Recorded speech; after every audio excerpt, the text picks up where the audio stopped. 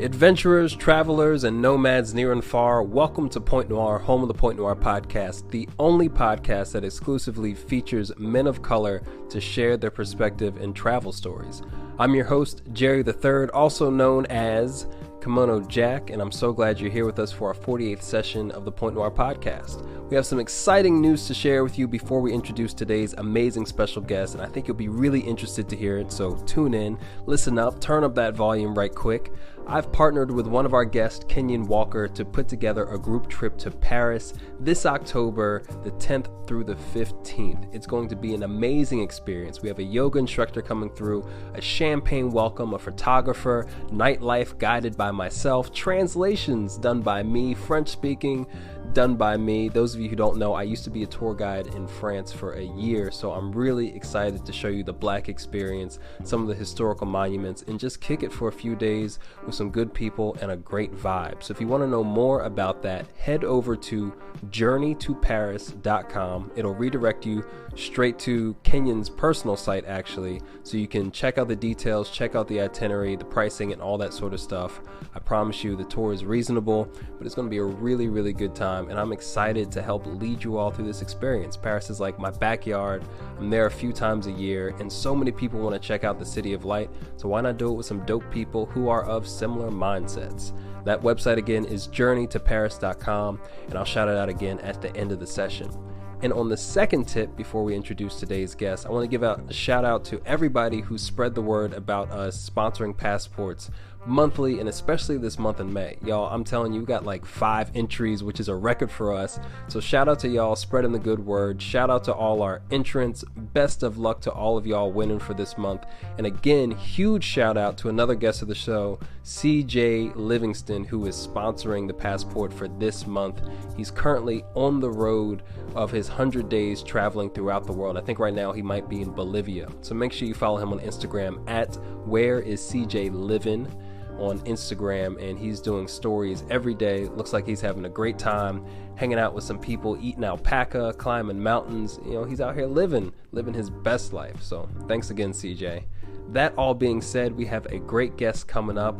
Don't want to waste too much more of your time. Hopefully you enjoyed those little bits of news. So without further delay, let's introduce today's special guest.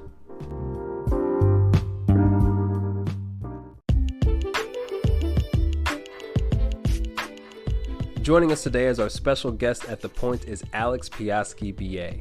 Make sure to follow him on Instagram at Alex_PI3 and check out his personal website, Resistance Art, and that's Res with a Z. And that'll also be spelled out in the show details.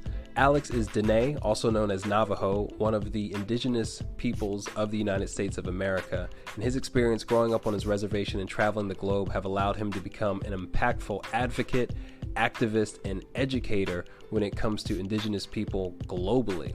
On top of that, he's a bit of a nomad, he's an artisan, and just a fun guy to sit down and have a conversation with, so I'm so grateful we had the time. And in between all of our laughing and jokes and giggling throughout the show, he shares a lot of perspective and truths about the state of indigenous peoples, not only here in the States, but globally. And I think the really interesting part are the commonalities between the narratives of people of color globally as well. There's just a lot of shared experiences that we've all gone through, and I find that there's a lot of value in having conversations like this where we can recognize that we're really not that different. So for those of you who thought that indigenous peoples were no longer here, we got people like Alex out here going to bat day in, day out, building communities, being leaders, just as we do in our own communities. And he even talks about some ways that we can be better allies to each other.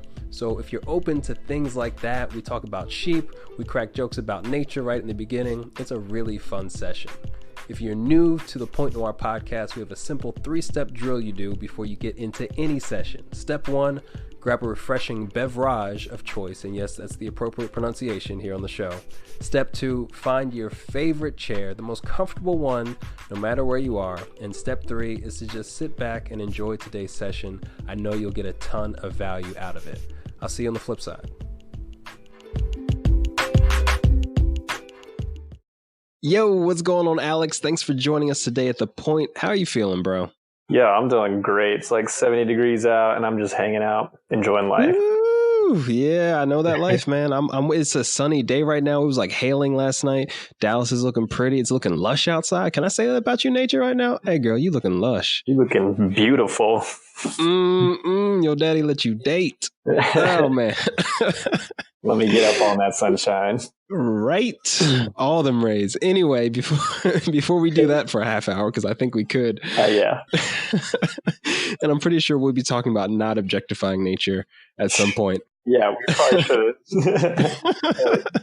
But yo, man, so glad you're here. Glad we could reconnect. We had some tech issues last time, and you're up to amazing stuff, man. So I'm grateful and excited you again have the time to be on the show. So let's get right into it, man. Let's talk about who you are, where you're coming from, and how you got into travel and adventure. Yeah, man. So just initially, I'll just introduce myself in my traditional language. Alex Piechowski-Beget initié, nám nešte, že travají initially, bešte bashchin, kitlachini desche, ado bilagan deshnala, ukan tiadet nasha. So basically, I'm Dene from the Navajo Nation, originally, born and raised in Ganado, Arizona. And I was just explaining to the people there who might perhaps be also Navajo, my relations to them in the land. Yeah. So how I got started in traveling, like I grew up on the Navajo Nation, and even just to do something as simple as get water is a haul. You have to go and haul your own water where my grandma's from. So, you travel up to 40 miles to get water, basic necessity stuff. Wow. Yeah. A little more about my res is we're one of the bigger tribes in the United States. And we have we have the biggest landmass, the biggest reservation in all the nations who are federally recognized. There's a lot that aren't federally recognized. And that's always been a kind of issue. But yeah, we sprawl out. I don't even remember how many acres of land, but we're in the four corners, most recently in Colorado. So the four corner states is Arizona, Utah, New Mexico, and Colorado. Okay. We had to buy back some of our land, traditional land from Colorado at one point for like millions of dollars, like 20 million. Jeez. Yeah. It's pretty problematic, actually. Highly problematic. Yeah. I mean, there's so much in history that, listen, U.S. schools are not good at teaching accurate history intentionally. So I appreciate the additional information and the opportunities for anyone listening and myself to take a deeper dive. Your page does a good job to educate and share knowledge, but there's this shit we're not even aware of, bro. Yeah, man. I mean, that's the whole system has been built against us. It's a complete erasure of us and our culture because, the U.S. government doesn't want to acknowledge the fact that this is all stolen land. This has all been taken forcibly and through genocide and all the systems they have in place to take the land away from the people, the original people of the land. And they do a good job of it. I was going to say something, but you said it all right there. Yeah, they ruthlessly effective. I saw something not too long. It might have been on your page, but it's like, remember that every American flag is a warning symbol. Yeah, exactly. Yeah, that probably was on my page. I put that up. Yeah, you've been talking that. I can't even call it hot shit because it's true. It's just it's a perspective that especially being Black, it's so easy to get wrapped up in our trauma. We've talked about this. Yes. It's so easy to get wrapped up in our trauma that we're just oblivious to others. And I think there's one of the reasons why I'm so excited to have you on the program is because it's a huge opportunity for us to recognize that it's not just us. And possibly become allies, supporters, at least have an awareness where we're not just all mired in our own shit and with this woe is me thing. Because, you talk about having to get water and stuff. We have communities that struggle with that, but your whole reservation struggles with that. Yeah, for sure. Yeah, we don't have any running water. I mean, we can just equate that to like the whole problem in Flint. Like it's the same type of systematic oppression that's been happening since time immemorable, since the beginning of what they want to create or what they want to call the United States. Yeah. We was living good before. We was living good. We was doing just fine. We was doing just fine. And if you could, would you mind sharing more about the introduction you gave at the beginning? Because I didn't understand what you shared, but like, what's the significance of that? Because I think it's awesome. It's so it's our clan system, and we're a matrilineal society. So we usually take our mother's clan. That's like who that is our major clan, whatever. The first two are for your parents. Yeah. Okay. Oh, and also the clan system is set on a geological location within the reservation. or outside of. There's outside, parts that we have named just to give relations. So it's kind of this point on a map. So I say Nanesh Eje Tabahan, I mean Zuni water edge. And that's a specific area on my reservation. And that's where that clan basically comes from or derives from. And it's kind of like if you guys are in close proximity, you're more than likely related. So it's kind of like a cool little grid system on saying, oh, well, those are my people over there. And I come from this spot. It's like a really cool way of deciding kinship and how you could be related or how you are related.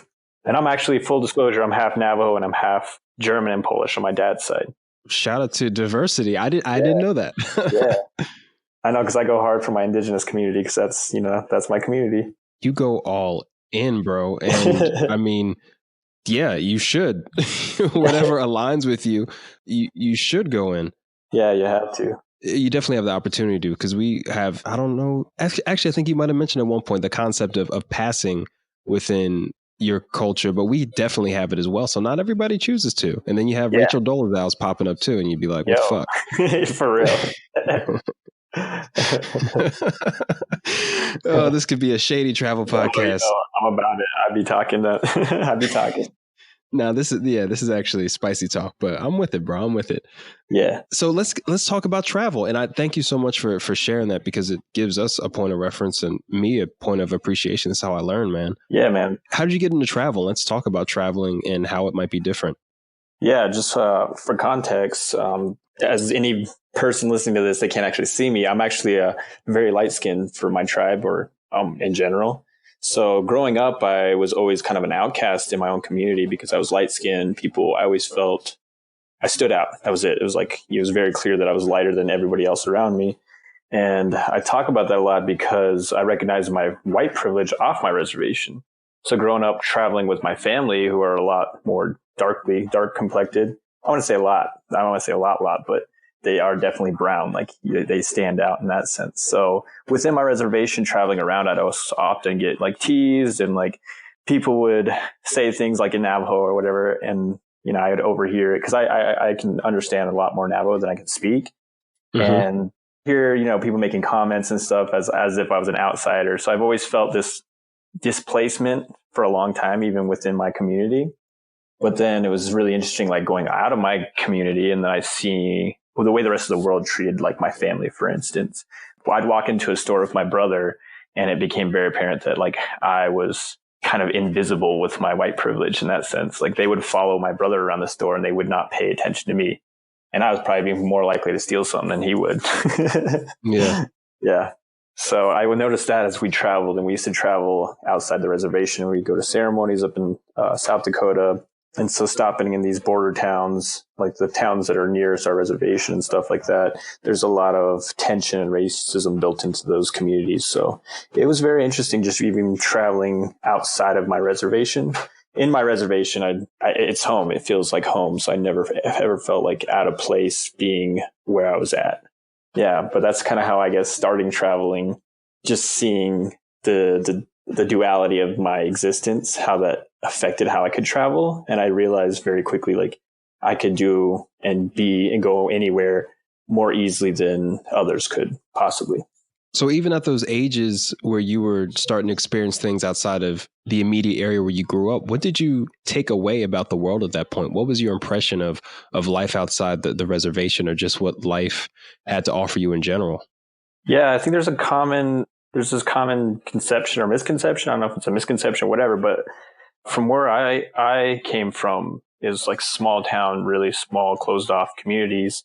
And the outside world was like a dangerous place, like we're within our borders. We're actually, and even traditionally, we're taught that we're protected within our borders, which are like 4 sacred mountains that encapsulate our reservation. So I always felt really at home and safe, and like somewhere like the city or something like that, it felt really dangerous and like daunting or overwhelming. There's a lot more people and traffic and stuff like that. Just growing older, I kind of started to realize like people are people pretty much everywhere. And if you go looking for trouble, you can find it anywhere. That's for sure. Facts. Yeah, big facts. So I think that was just like a misconception or whatever that I had, is like how dangerous the world was. And even if you look at the statistics of where I come from, we have like the highest statistics for a lot of death and suicide and stuff. Like it was actually more dangerous where I was at then. But you don't really see that growing up because that's just your looking lens, your normality of life is just where you're at. And I guess that's why it is interesting traveling more and more, like going to cities or hanging out anywhere else, is I can hang out with the people of color, because we've all had similar experiences growing up with trauma. And yeah, basically we just have similar circumstances in which we grew up that make us a little different than others. Than non. Non-POC. Y'all had any trauma recently? We got it in 5 flavors. Right. It's interesting that you brought up realizing that there was potentially more danger outside of the community that you were most familiar with, that you had kind of grown so accustomed to that you overlooked it, because in the communities here in the States, that is often a reality. Yeah, for sure. In our communities, I encourage, especially men of color, to get out just to see how you're treated and get a perspective on how crazy it is that, you can get shot by a cop pretty much exclusively in this country. Yeah, pretty much. Pretty much exclusively. Yeah, it's been We're built, special. Yeah, it's been built that way for sure. It's wild. The second point that you brought up is shared experience. And I think that's something that peoples of color are starting to realize more, is that the more we share our experiences, the more that we have conversations like this with different people, we have the same damn history, the same stories, the same sort of situations and plays have been run on all of us to some level. And that being a person of color is more of an experiential thing rather than the level of pigmentation in your skin, we'll say. Yeah, for sure. I mean, that was one proven factor to me, because like I growing up on the res, like I viewed myself as very, I mean, I'm light skinned for one, but like it was very apparent that I was light, and like people would basically call me white boy, whatever. I actually have a nickname that was given to me by my grandma, and it was like the one time it was like a tender, loving kind of nickname. It's Piechowski-Beget, which is like basically means boy white. But in the way she used it, it was very tender and loving. She was so like, I was her special person because I was different.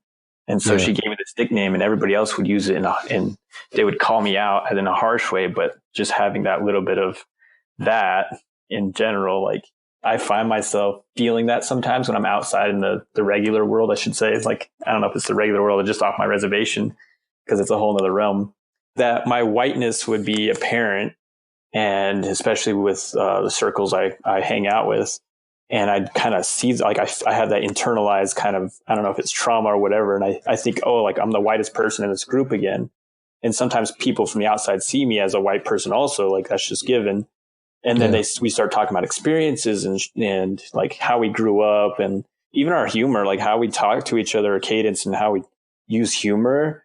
It becomes quickly apparent that I'm not strictly white or whatever. Like there's all these aspects that make us POC, that these common threads that we share. Yeah. So that was always interesting. Yeah. That's deep, man. That's real. It's more about the experience than just how dark you are. And that's something I think it never hurts to reiterate or remind people of, because growing up, I was ostracized a lot too for growing up in the suburbs, for going to a mostly white school, for, speaking. My cousins used to carry a fucking pocket dictionary and be like, I don't know what he just said, so I'm gonna look it up. I was like, it was really tough, bro. Like that, you're in that identity crisis because you're like, but y'all my people though, right? Right. Yeah, that's a real thing. But yeah, dude, I'm already feeling jazzed by this. So moving forward, how did your travels continue to progress? And I'm curious to know, do other people from your reservation or tribe, did they have the same ability to travel the way that you and your family did? Or do most people stay within the reservation? It's a definite mix. We're about 300,000 registered members, and not all of them are on the reservation already, because we had several different placement programs, and people literally got snatched up out of their homes and put into what we call like boarding schools and stuff like that, like placement homes, where they would be put in religious type families to be, I guess, raised outside of the community. It's, wow. I wrote an article about it. Shout out to Kiona. She's always putting on the spot. So shout out to Kiona. I have an article I wrote about it, and there's a lot of additional readings about it, because I could go all day about a lot of the injustices that happen. And that was one of them. well, two of them, because the placement program literally stole Native children up to as recent as 1994 and put them into homes outside of their community and outside of their religion. Like, they were displaced. And so I'm always shouting out for those people too, because, you know, they didn't really have a choice and all that. But also that's their reality. They grew up off reservation. And even there's a work program that they did. So that we have a large population of people like in places like Minneapolis, Detroit, LA, Phoenix. Like there was like these programs that were put in place to like basically to teach people trades as kind of the foundation of it. And so they displaced a lot of Native Americans. And so now you have a big subcategory of natives that are already outside of a reservation or already in cities, urban natives. So I don't know, I can't speak on their experience, but from where I'm at on my reservation, you can be it's very isolating where I'm at. I feel like a lot of people don't travel out, or they didn't used to, but now we're becoming more globalized and we have access to cell phones and stuff like that. I think there is some more mobility in that sense being opened up for a lot of different people, and, you know, just better opportunities with jobs and stuff. I know we grew up probably in the more poor spectrum, but now we're a lot more steady in the middle class range. And so I think there is that, but there also is some very, very disparaged people out there on my res and like many reses. That's kind of how it is. So travel isn't always an option. Yeah. And I get that. A lot of times we would travel for work, like family members that were like carpenters or welders, or they would join the military just to get out, just to be outside of that reservation. That was like their only escape. So it's very vast for sure. Wow. And the similarities between that narrative and the Black narrative, the military used to be the hit. It's like, how can I get out of here? Right. And they were like, well, we got these big ass boats. You heard of the Navy?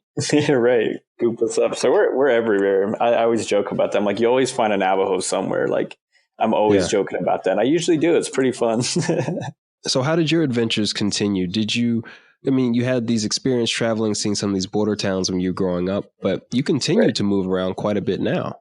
Yeah, I mean, just a lot of what my childhood was being pretty nomadic, and I'm nomadic right now. Like, I'm like, the last time I called you, we did the interview, I was in California, and since then I've gone to New York and I've been all over. So I'm back here in New Mexico right now.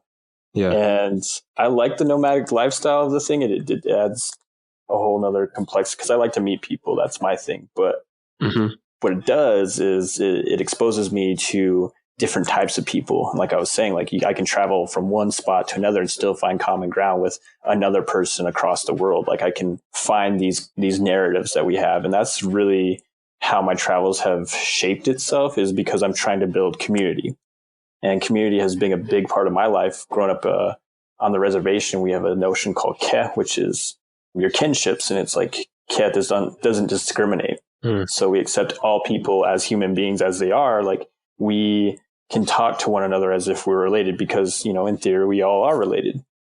So that's how my travels have been shaped, is on a real notion of community building, and whatever I can do to help that community be integrated with my community. And we can we can just help each other out. That's what I'm really about. Wow, bro. That's deep. That's really deep. I mean, community is something that I think is an idea, and it seems idealistic sometimes. But to actually go out and do the work of a community builder, of someone who's willing to have those discussions, who's willing to be that bridge. That's what I think of when you say community. I think of someone who's willing to build the bridge. That's a labor of love. Like, you got to have the DNA for that. Yeah, there's something. I mean, I don't know where I think I get it from my mom a lot, because traveling just with her, she would literally just say hi to anybody and like strike up a conversation, because she's like, well, they're human just like us. There's no like reason to be scared or like do anything like that. She's like, people at the end of the day are just people. Like, there is a need to connect, and I want to be a part of a community of some sort. So shout out to moms always. Shout out to moms. That's beautiful, man. That is deeply beautiful.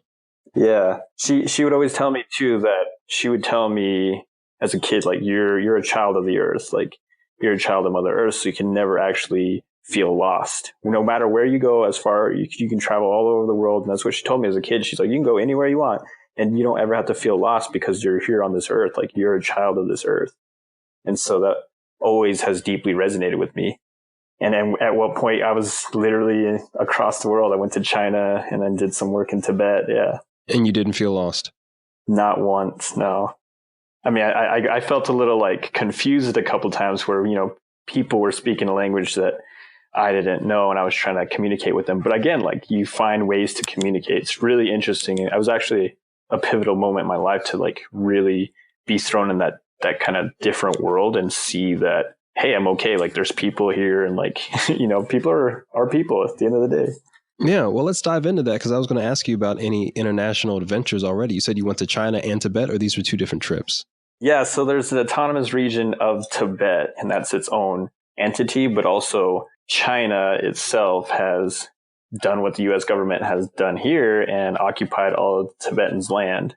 And so what is technically China is to the people of the area, Tibet. It's really like inverse and confusing, but that's right. Yeah, and that's the basis on why I went to Tibet was through basically a culture exchange type deal where I would be over in China and we flew into Chengdu, China, had like some time to acclimate a bit, but then we drove overland into a region which is Tibetan, but it's still like considered China, even though it's, if you ask the Tibetan people, it's Tibet, right. As it would be. And yeah, I was over there as a culture exchange because our fundamentals and our spiritual practices are very in line with one another. So it was just kind of to show them a mirror of their own culture in the sense, because it's like being in that act of resistance against, this overseeing power, like the Chinese government or the US government here for us. Like it's just to show them that simple thing of, I guess resistance. I don't know how else to put it out there. I think community might be a decent word to slide up in there in some point, because it's that global presence, knowing that this experience I have is globally represented by somebody who's very similar to me. So I have a little bit of strength in knowing that, hey, if Alex can do it, maybe I can too. Yeah, I mean, I guess that was a lot of it too. It's like you're not the only one who's going through this or has gone through this. Like, and it also is like the light at the end of the tunnel too, because what they're experiencing now is what the U.S. government has been doing to the Native people within the past 100 years with relocation. And like they're in Tibet, they built these government homes and they're telling the people there, hey, like give up your yak and you can come live in these nice homes. They're brand new. We built them for you. You just have to give up your animals and you can like have these little community centers. And it's a way to pull away them from being sovereign people, because you're a lot more easily controlled when you don't have control over, you don't have food sovereignty or water sovereignty or anything like that.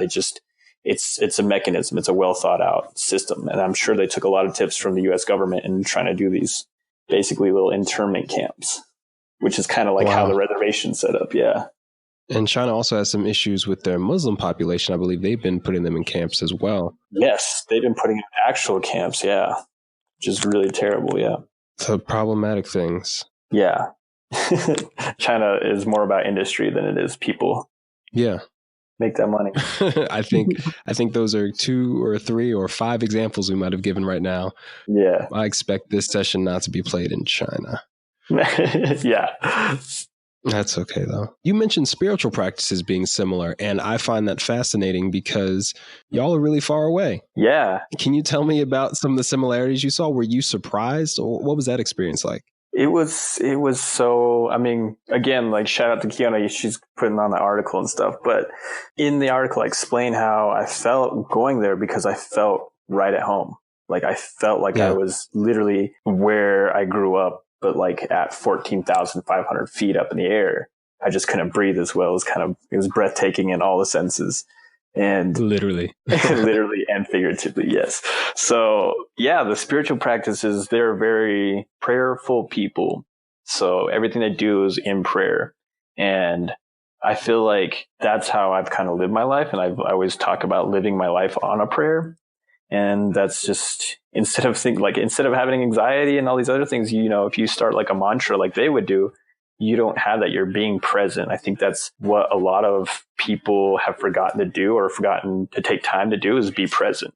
And so I really love that whole notion of this prayer, that it would keep you in the moment at all times. So we're just going through living life, being present.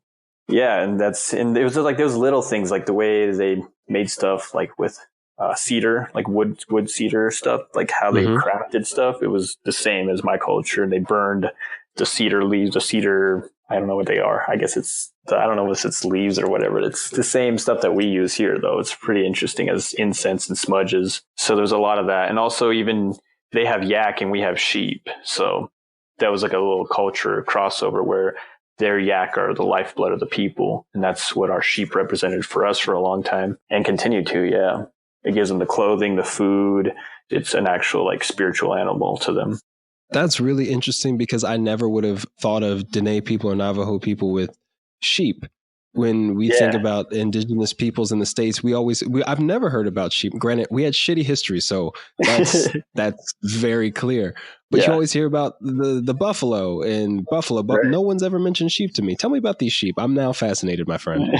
All right, so let's dig into it. We have a type of breed of sheep that's kind of well known, especially in our area. It's the Navajo churro sheep, and it has a longer coat than most because we're in the high desert. So people are like, oh, you guys are in a desert. It's 100 degrees. I'm like, yeah, in the summer it is. And then in the winter, it actually gets below freezing and it snows quite a bit in the northern part of Arizona where we're at. So we're in the high desert. And so we needed a hardy animal to be able to survive the super hot summers and then also the freezing cold winters. So the sheep that were bred basically by their environment and by the people, like to have these traits of like a long wool and stuff, is the Navajo churro sheep. It's like the epitome of the lifeblood of the people. So, and then we use it for everything. Ceremonially, we use it for everything. So we eat it. We use every single part of it. Nothing goes to waste when we eat it. And then we use the hides. And then also, like before summer hits, we shear the sheep so they're nice and cool for the summer. And we use that wool and we card it and spin it. And that's where we get our world famous Navajo woven rugs. So it's definitely, I don't know, it's like a staple of our culture, one of our staples of our culture for sure.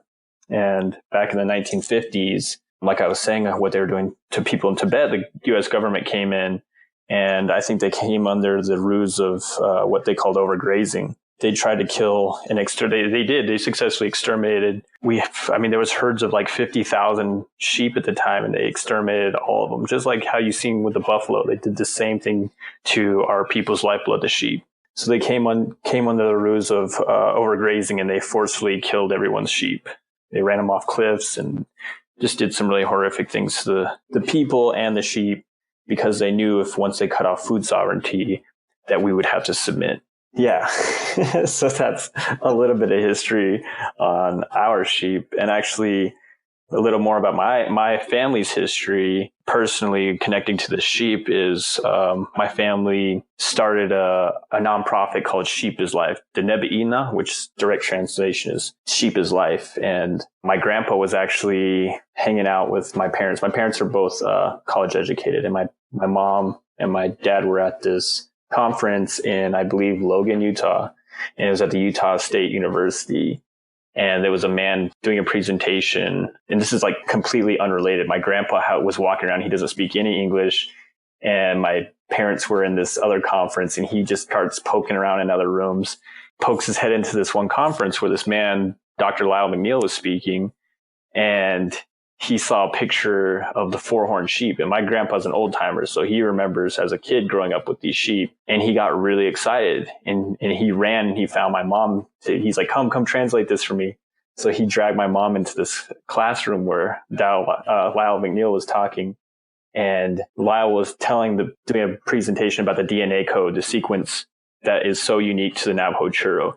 And at this point, the Navajo churro sheep on the reservation were critically endangered. There was probably less than 300 of them that had these specific markers. And so that was the introduction between the two of them. And yeah, my family was pretty instrumental in helping bring back the Navajo churro sheep to the reservation by, going out to the res and finding these sheep that had been they would hide the sheep in the canyons. When the government left, they brought them back out. So we still had trace DNA from these different sheeps that they introduced back on the reservation, which didn't fare very well because the other sheep that were there didn't have the rigidity or resiliency to stand up to the hot winters or the hot summers and the cold winters. So from critically endangered to now, I don't think they're endangered anymore at this point, but it's an ongoing project with the whole thing. But yeah, sheep is life.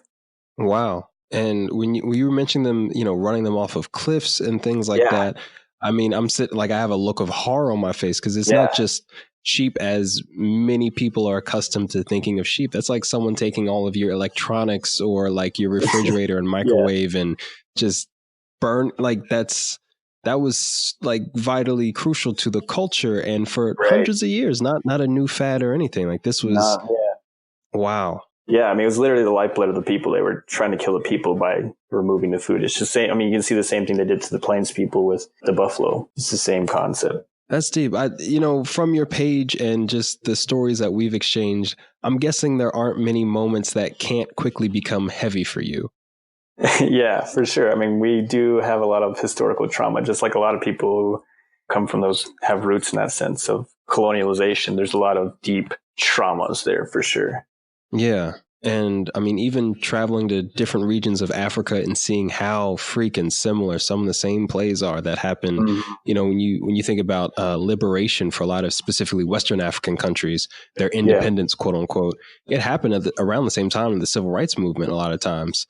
And it was just like, oh, this is similar, or apartheid in South Africa, and hearing the people, I've met people who were exiled when they were 5 because of their parents' involvement.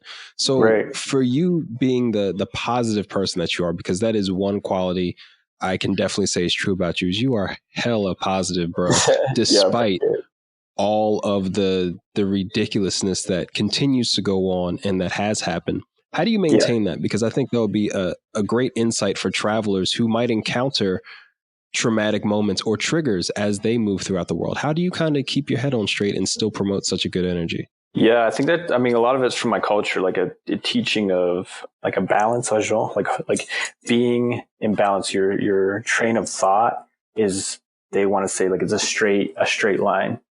And so whenever I falter or I feel out of balance or my line is getting crooked, I have to remind myself, and this is like, through my prayers or whatever, like I have to remind myself, like, all right, take a breath or whatever, be present and like assess the situation. Cause I get, just traveling as a indigenous person, I can't even go to a ball game without having the national anthem being stuck in my face. Or when I was out in New York, I went on this boat tour and they're talking about the facts of the founding fathers. And this is where it all began, folks. And, all the colonial history that was just being thrown in my face. And that's how I operate in the world, is just having to take a deep breath and just have patience with these people. That was the biggest thing, is having patience, like taking a moment, taking a breath, and like having patience, which also for me is like having compassion for people. People a lot of times are just ignorant to the facts. And so I get presented with a lot of teaching moments in which I can, shed some light, especially from my personal experiences where I came from and the traumas that I've been through. Like, it's all about having that compassion for somebody else. Wise words, patience and compassion. Yeah. People had no idea what they were getting when they tuned in today. We're talking about sheepses. We're talking about Tibet, complicated as China. Like, we got a lot going on, but it adds to a richness of just my understanding of the world. And I think the people listening, this is what it all comes down to, because there's only so often that we can talk about new travel websites or tips and hacks. And do you like traveling solo or with groups? Like, that's important. But when you actually start going out into the world and engaging and meeting people, these are the sort of discussions that you're confronted with. And it's such an opportunity to better yourself and your understanding. It's actually really funny when you said sheeps is like, that's like a funny, like a res, I guess, accent. We like to add S's to things. So we'll say woods and sheeps, which is funny because I said it. I caught myself, but it was really funny. You said it and I was like, what is the plural of sheep? But dude, we have similar experiences and we're kind of goofy guys. Yeah, that's how I travel through the world too. Is I joke about everything. Like sometimes I have a dark humor just because of that pure thing. I make fun of things in a light and I turn it around. I like change the energy of it, because you can talk about some really heavy shit and then be like, oh, I'm joking about it now. Like it's okay to hear the words and like it's not, it's not as, it doesn't have the same energy. It's what it is. It's not pointed or directed. So I often use a lot of humor to redirect that. And I mean, you know that because I've been posting them memes like every day. Every day. And it's great. And now, since we're talking about people who post fire shit, you mentioned Kiona, How Not to Travel Like a Basic Bitch. She gets shouted out a bunch on this show. Couldn't shout her out enough. But she is a doctor, a culture curator, just someone who's super progressive. And the beautiful thing about Kiona is that she highlights stories that you'd never hear otherwise. So if you're on Instagram and you're not following How Not to Travel Like a Basic Bitch, I'm not sure why you're on Instagram. Yeah, you might be a basic bitch, actually. All y'all. All y'all. Y'all can follow me too. Yeah. Just be ready. I mean, I be dropping them truth bombs and like even talking about Notre Dame. I got so many unfollows and I was like, cool, peace. Y'all ain't ready. Come back when you're ready. Yeah, I actually really appreciated the let's use other words, the light attitude you had about it. I had a reaction to it because I lived in Paris. Like that, for me, that was my place of solitude because I was an undocumented immigrant in Paris. Granted, I had an American passport, but it wasn't sweet. But understanding and being able to take that centering off of myself or just how basic people were being in the travel community about it, who had never even seen the Spire.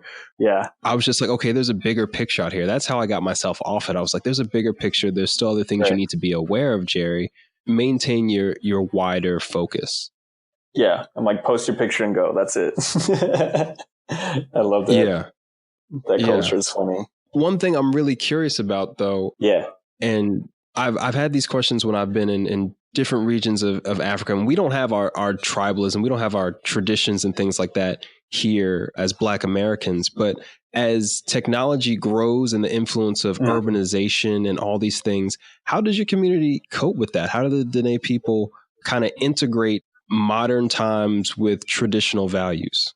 Yeah, it's a definite mix. I mean, the cell phone and the advent of the internet has definitely provided a lot of globalization to infiltrate our communities. But also, like I was telling you, like, it's kind of cool because now, like, I grew up on hip hop. I grew up on like Tupac and everything. Like, that was my music because it was the people singing about the struggles that I had growing up. And so I really related to that. So it was kind of a cool outlet. And I feel like music's a big thing for I don't know, maybe it's just my own personal bias, but music's a definite thing that I think filtered through the reservation. So now we have like indigenous hip hop artists and stuff like that. We have this merge of cultures that's really dope. And even on like the heavy metal scene, that was another one that I remember distinctly as a kid, was like this, kind of like this angry music, quote unquote, angry music that really imbibed and like had the same type of energy that we had. Like we really saw ourselves in that music or saw ourselves doing those things. So it's really cool to watch, honestly, like the globalization of it, but also we get to share our stories too. Now there's a chance for us to have a platform, just like me talking right now. Maybe, 20 years ago, nobody would even have heard of any of the work I've done or anything like that because I wouldn't be in the world, so to speak. Or represented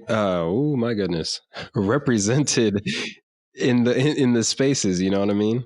Yeah. And that is one of the beautiful things about social media. People love to complain about it, but the thing is, I'm convinced that the way things are today is the same way they were 200 years ago, 2,000 years ago. It's just our awareness. We have the opportunity to plug into these channels and learn more, but like it's the same shit. Yeah. I mean, it's a definite tool. It just depends on how you use it. I mean, it shows you how effective it can be. Like without social media, I mean, there was a time when I would knock social media and like I would stay to my own and like only the people who knew me. And I had this little close knit tiny bubble. And I would get mad when people were trying to be intrusive with my life and blah, blah, blah. My friend's like, yo, that's social media. It's there to be social. Like, I don't know why you're not utilizing it to that potential. You can use it in any way you want to. Why not do it like in the best way you can?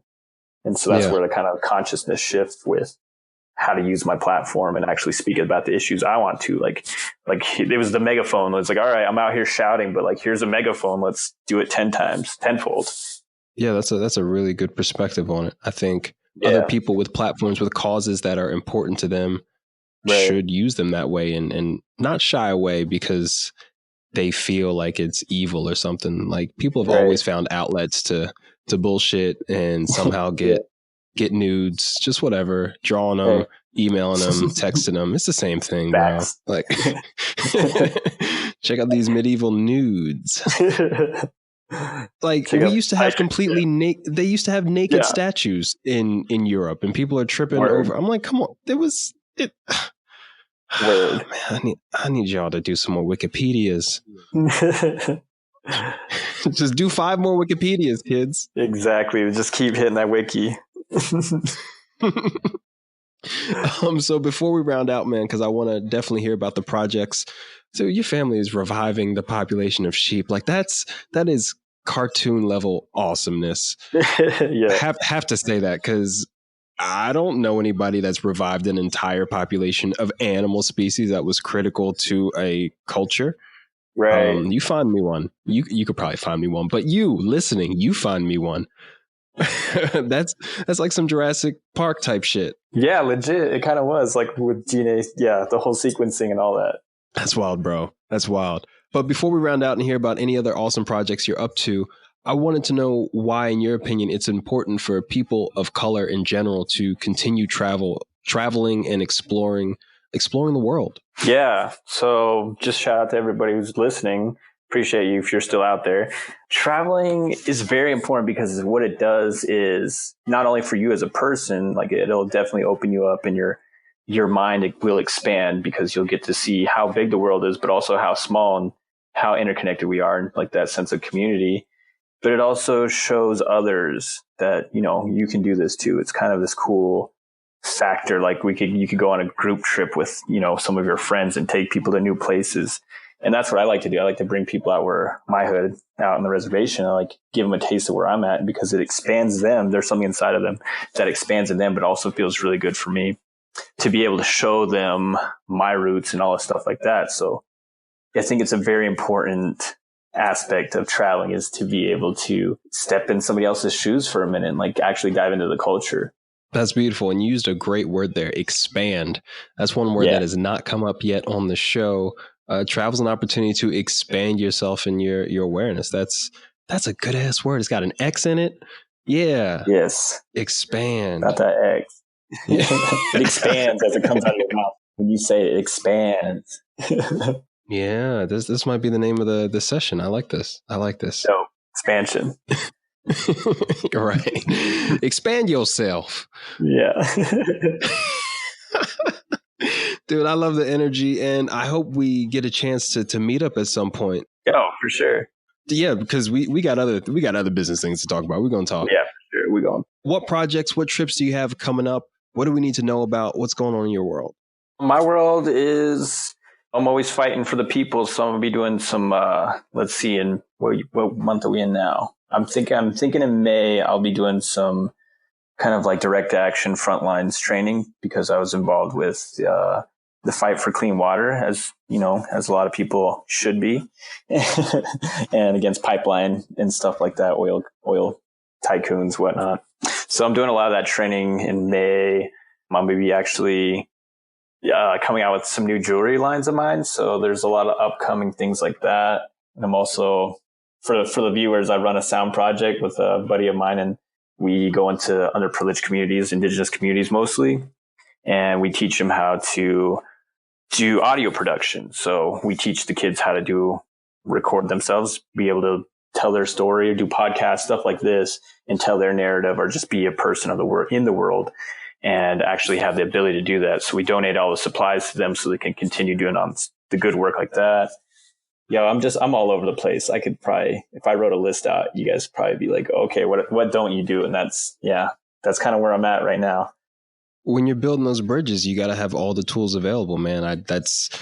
Say no more, fam. Like that's amazing. And a few things I want to point out is one, this first lines or front lines training. Was it front lines training? Yeah. That sounds deep. Yeah. It's like nonviolent direct action. Wow. Okay. That's a whoa right there. And then the jewelry. Tell us about the jewelry, because there's a lot of, you shouted out something today. You were like, shout out to stealing our patterns. Talk to me about the importance of supporting indigenous artisans by buying the real shit and not because it gets knocked off by white people a lot. We get knocked off all the time. Yeah. I'm not going to say just white people. Yeah, I know. Yeah. Everywhere, which is, I was just going to say, shout out to China again. No. But I actually have a story of, a part of that, the project that we were doing with the sheep. We had, native artisans that were there, and we had set up a sewing facility for them to actually make a little bit of a living for themselves. And we were selling these Native American bears. And so we had that set up for the people out there. Can you rewind that for me? What you made? You said bear. I heard the animal. Yeah. We had these, like teddy bears basically that were being sewn. Oh, okay. Goodness. I was like, man, they are really into some deep genetic shit over here on the reservation.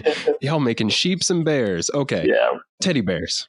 Yeah, we were sewing up teddy bears. It was like a means to provide opportunity for the people who are so far out into the deep parts of the reservation. There's like no electricity, no running water type situations, and a lot of monetary opportunities.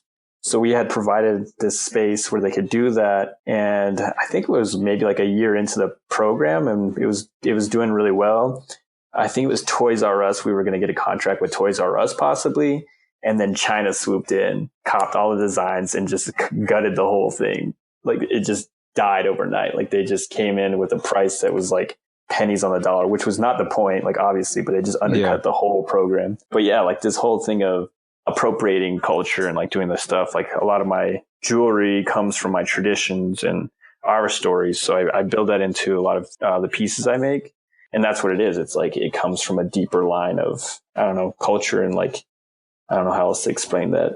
But yeah, that's each piece is basically built for that person. It's very intentional jewelry. And that's what I'll be coming out with a new collection here this year, or a couple collections this year. And that's kind of going to be more, I guess, budget friendly and like more accessible, but it's still going to have my input in the process, but also the intention behind it and the designs. So yeah, I just want to be able to have that available for people.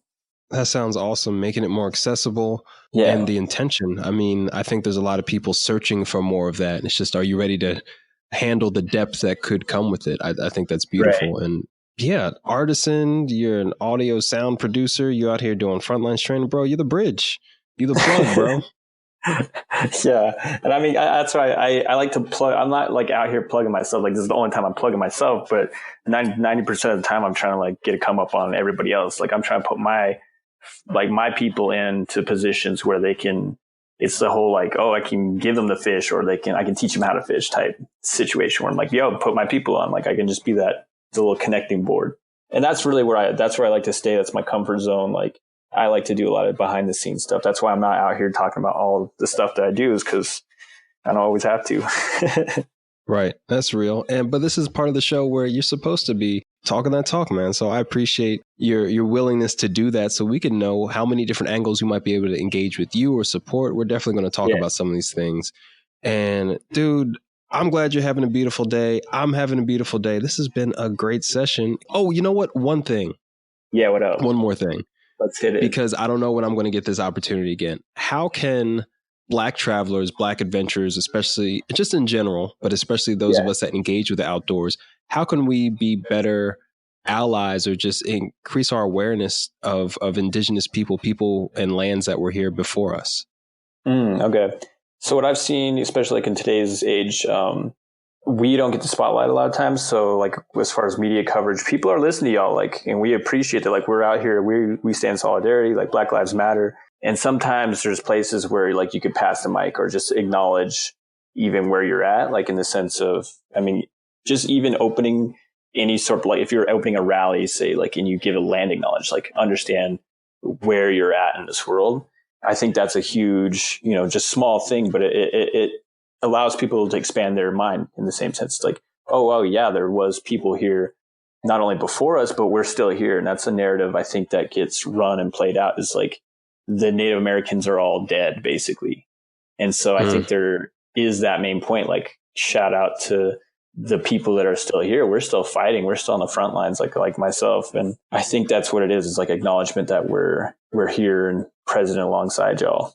Oh, absolutely. And passing that opportunity, sharing that voice through the numbers that we have, while relatively small in the States, it's huge, in comparison. Right. I think that could go a long way into everybody progressing forward together. Right.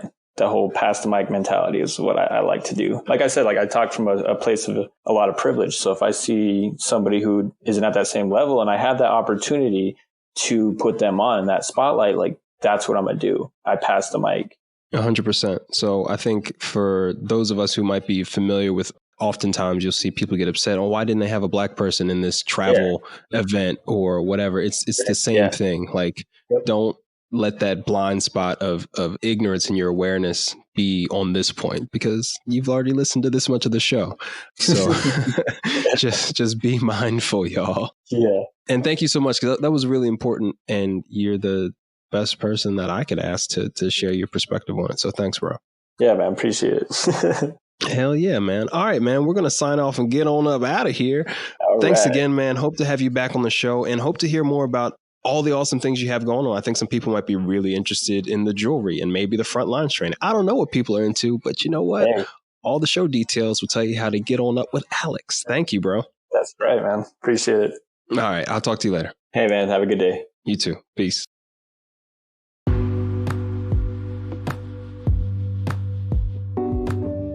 First off, can we just talk about this whole sheep thing? Like, the title of this show is Sheeps is Life, because that was an amazing story. I couldn't even tease you with it in the intro. You wouldn't have believed me. His family brought back sheep, y'all.